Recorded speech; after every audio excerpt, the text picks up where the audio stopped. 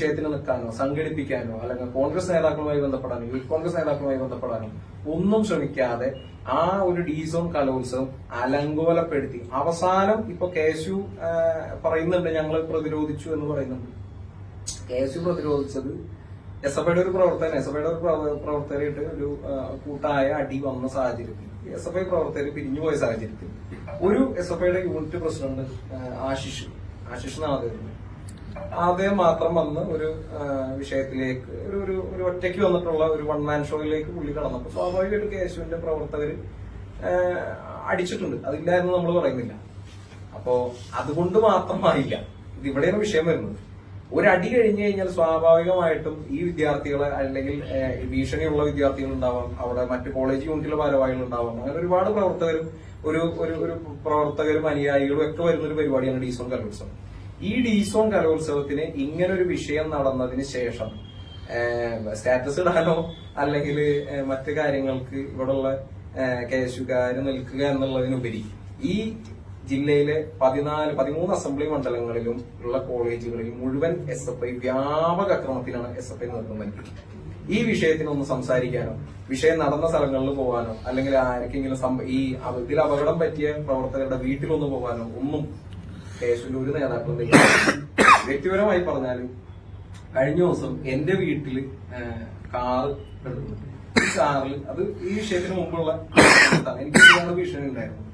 ആ സമയത്തൊക്കെ നമ്മൾ ഒരുപാട് KSU നേതാക്കളുമായിട്ടൊക്കെ നമ്മൾ ബന്ധപ്പെട്ട് പറഞ്ഞത് നമ്മൾ വിചാരിച്ചോട്ട് നിൽക്കുന്ന ഒരു വിഷയമല്ല എന്ന് നമ്മൾ സൂചിപ്പിച്ചിട്ട് പോലും എന്റെ വീട്ടിലെ വാഹനത്തിൽ വരെ വന്ന് മൊത്തം 4 ഗ്ലാസ്സിലും കോഴിമുട്ട എറിഞ്ഞ് അത് ഇതാക്കി വെച്ചു. രാവിലെ നമ്മൾ എണീറ്റ് നോക്കുമ്പോൾ മൊത്തം കോഴിമുട്ടയും സ്ക്രാച്ച് ഒക്കെ. ഞാൻ ഉടനടി സ്റ്റേഷനിൽ പോലീസ് അധികാരികൾ പോലീസ് വന്നിട്ട് ഞാൻ അന്വേഷിച്ചപ്പോ പറഞ്ഞു ഇവിടെ എവിടെയും ക്യാമറ ഇല്ലാത്ത കേസ് ഞങ്ങൾക്ക് തെളിയിക്കാൻ പറ്റില്ല എന്നാണ് പോലീസ് പറഞ്ഞത്. നിങ്ങൾ അവിടെ അന്വേഷിച്ച് കഴിഞ്ഞാൽ അറിയാൻ പറ്റില്ല, പരാതിയാണ് കൊടുത്തിട്ടുണ്ട്. അതുകൂടാതെ ഇപ്പൊ കഴിഞ്ഞ ദിവസങ്ങളിലും ഇപ്പൊ ഒരു 2 ദിവസം മുമ്പ് ഈ വിഷയം നടന്നതിന് ശേഷം വണ്ടിയുടെ ഹെഡ്ലൈറ്റ്, ഞാൻ ഉപയോഗിക്കുന്ന ബൈക്കിന്റെ ഹെഡ്ലൈറ്റ് കുത്തിപ്പൊട്ടിച്ചു വെച്ചിരിക്കും. ഒരു ദിവസം രാവിലെ നമ്മൾ എണീറ്റ് നോക്കുമ്പോൾ ഹെഡ്ലൈറ്റ് എന്തോ ഒരു സംഭവം എന്തോ കുത്തിപ്പൊട്ടിച്ചു വെച്ചിരിക്കും.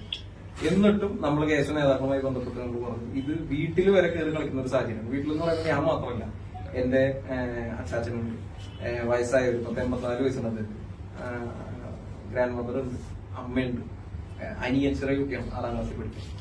അപ്പൊ അവർക്കൊക്കെ ഭീതി പടർത്തുന്ന രീതിയിൽ SFI പോലൊരു തീവ്രവാദ ശൈലിയിൽ പ്രവർത്തിക്കുന്ന ഒരു സംഘടന ഇങ്ങനത്തെ അക്രമങ്ങൾ അഴിച്ചുവിടുമ്പോൾ അതിനെ പ്രതിരോധിക്കാൻ ഉള്ള യാതൊരുവിധ സംവിധാനവും ഇല്ലാത്ത KSUവിൽ നിന്ന് പ്രവർത്തിക്കാൻ ഇനി എനിക്ക് വ്യക്തിപരമായിട്ട് താല്പര്യമില്ല. എന്നെ പോലെ തന്നെ ഒരുപാട് പ്രവർത്തകര് എന്താ പറയാ ഒരു നിക്കക്കള്ളില്ലാതെ നിൽക്കുന്ന ഒരുപാട് പ്രവർത്തകര് KSUവിലുണ്ട്. അവിടെ നിന്നും ഇനി ഒഴുക്കുണ്ടാവും, SFIയിൽ നിന്നും ഇനി ഒഴുക്കുണ്ടാവും. അത് ഒരുപാട് വിഷയങ്ങൾ മൊത്തം മാധ്യമങ്ങൾക്ക് മുന്നിൽ പറയാൻ പറ്റുന്ന അല്ലെങ്കിൽ പോലും ഒരു പാർട്ടിയുടെ ഞാൻ ഇത്രയും ഇന്നലെ വരെ അല്ലെങ്കിൽ ഇപ്പൊ ഈ നിമിഷമായിരുന്ന പാർട്ടിയിൽ ഇന്റേണൽ കാര്യങ്ങൾ നമ്മളൊരു സ്ഥലത്ത് പറയുന്നത് ചെറിയ അനൗചിത്യം ഉള്ളതുകൊണ്ട് ഞാൻ ആ ഒരു മര്യാദ ഞാൻ പാലിക്കുന്നത് കൊണ്ട് പറയുകയാണ്. അവിടെ നിന്ന് ഇനിയും ഒഴുക്കുണ്ടാവും. തൃശ്ശൂരിലെ പ്രധാനപ്പെട്ട കോളനികളിൽ താമസിക്കുന്ന പ്രവർത്തകരുടെ വീട്ടിലടക്കം SFIയുടെ ഗുണ്ടകൾ കയറി, DYFIയുടെ ഗുണ്ടകൾ കയറി. ഈ വിഷയവുമായി ബന്ധപ്പെട്ട് നിലവിൽ കാക്കനാട് ജയിലിൽ റിമാൻഡിൽ കിടക്കുന്ന ആദിത്യൻ കാഞ്ഞങ്ങാട് എന്ന് പറയുന്ന ഒരു പ്രവർത്തകനുണ്ട് KSUവിന്റെ. അദ്ദേഹത്തിന്റെ അമ്മയും വല്യമ്മയും മാത്രമുള്ള സമയത്ത് DYFIയുടെ ഗുണ്ടകൾ വീട്ടിൽ കയറിയിട്ട് അവരെ ഭീഷണിപ്പെടുത്തി പോയി. ഞാൻ അതിന്റെ തെളിവുകൾ നിങ്ങൾക്ക് വേണമെന്നുണ്ടെങ്കിൽ തരാം.